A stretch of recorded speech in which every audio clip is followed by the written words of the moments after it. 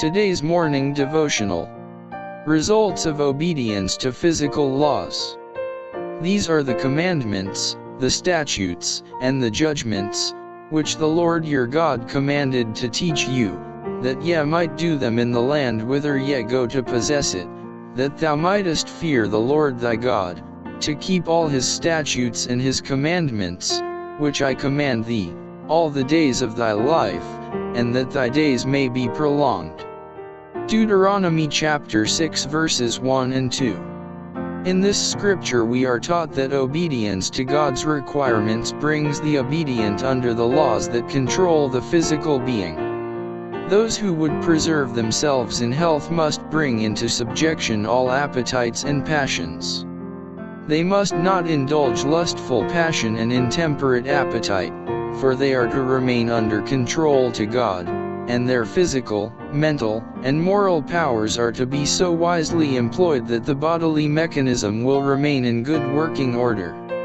Health, life, and happiness are the result of obedience to physical laws governing our bodies. If our will and way are in accordance with God's will and way, if we do the pleasure of our Creator, He will keep the human organism in good condition, and restore the moral, mental, and physical powers, in order that He may work through us to His glory.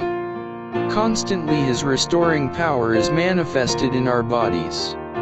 If we cooperate with Him in this work, health, and happiness, peace and usefulness, are the sure results. And the Lord commanded us to do all these statutes, to fear the Lord our God, for our good always, that He might preserve us alive, as it is at this day.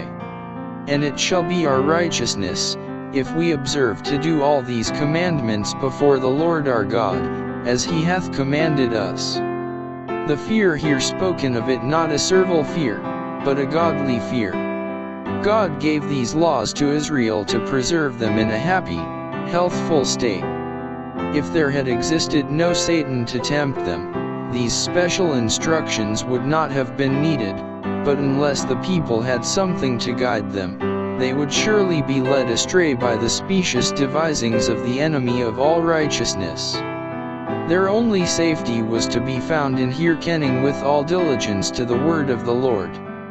Parents who desire to train their children aright should heed the instruction given in these scriptures, and allow their little ones to do nothing in disregard of God's commandments so plainly given. Let fathers and mothers faithfully teach their children these precepts, and impress upon their tender minds that fact that in obedience there is life, health, happiness. The great object we should always keep in view, when obtaining a knowledge of God's laws, is that we are to become acquainted with His will in order that we may obey Him.